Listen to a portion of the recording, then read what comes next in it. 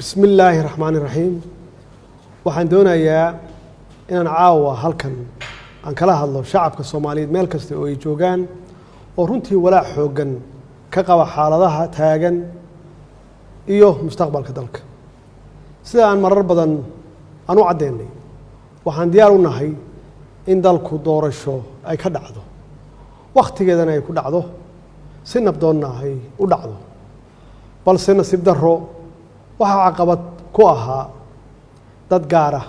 iyo dawladda shisheeye oo ujeedkoodu ahaa in dalka ay foodo ay ka dhacdo ama foodo la geliyo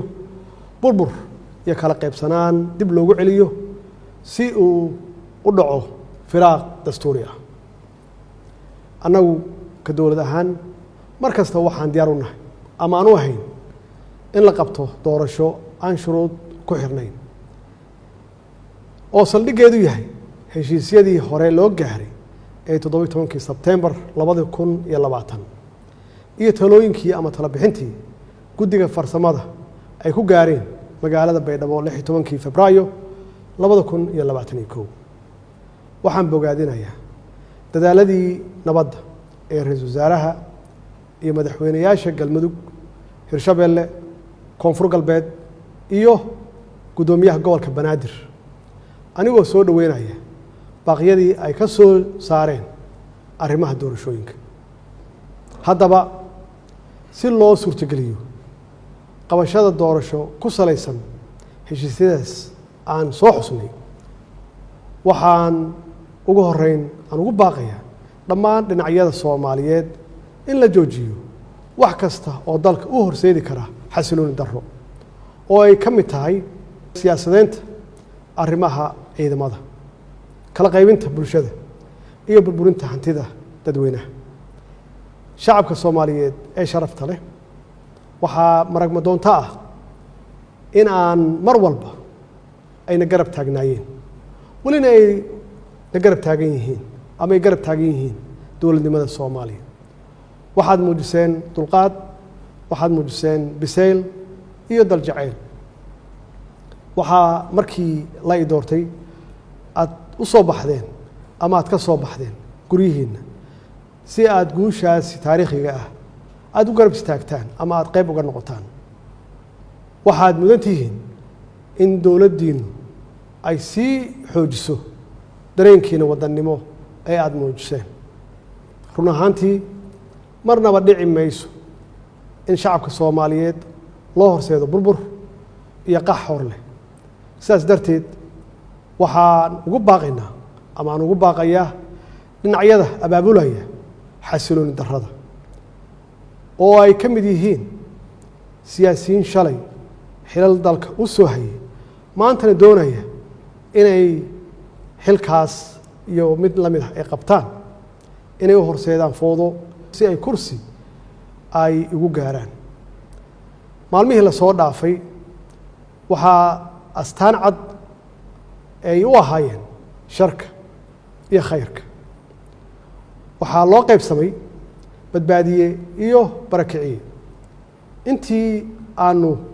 noqon lahayn barakiciyaal waxaa aan doonaynaa inaynu noqonno badbaadiyaal danaha siyaasadda way dhammaan karaan ama way iska dhammaanayaan waxaase waaraya ciidda iyo calanka ummadda Soomaaliyeed ayagaana mudnaan kale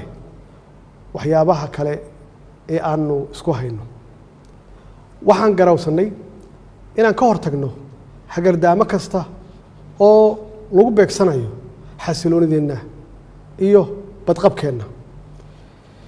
shisheeye badan ayaa maskax maal iyo muruqba ku bixinaya sidii ay u marhabaabin lahaayeen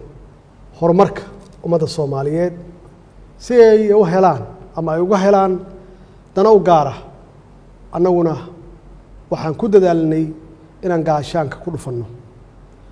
waxaanu diidnay in dhallinyaradeenna laga dhigto xaabo la shito gacmahoodana lagu burburiyo nafta iyo hantida ummadda Soomaaliyeed shacabka Soomaaliyeed waxay caawa kala ogsoon yihiin ama kala ogaadeen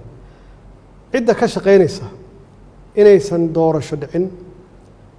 dowladnimada la burburiyo iyo cidda u hiilinaysa nabadda qaranimada iyo wada jirka ummadda Soomaaliyeed. Shacabka Soomaaliyeed ee sharafta leh waxay caawa ka marakacayaan ama ka marakaci doonaan dadka xukunka ku raadinaya dhiigga dhalinyarada Soomaaliyeed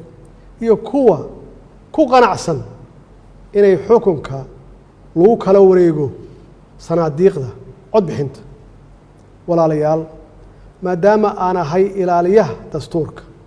ayna waajib igu tahay inaan isku dheelitiro heshiisyadii siyaasadeed ee hore loo gaaray iyo sharcigii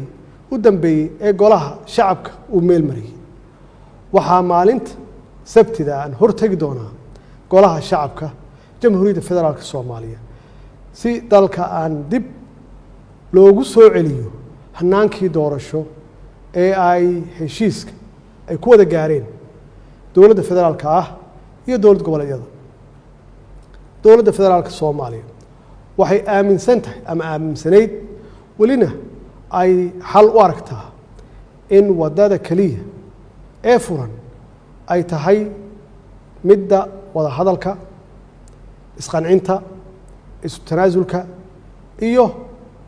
in lagu soo laabto miiska wada hadalka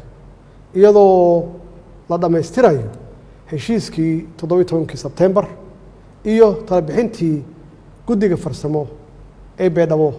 ee Febraayo 16 2021. waxaan dhammaan saxiixayaasha heshiiskii 17 Sebtembar aan ugu baaqaya inay si degdeg ah la isugu yimaado si looga wada hadlo hirgelinta heshiiskaas kadibna loo wada saxiixo iyadoo aanan wax shuruud ah aan lagu xirin. ugu dambeyntii waxaan farayaa hay-adaha amniga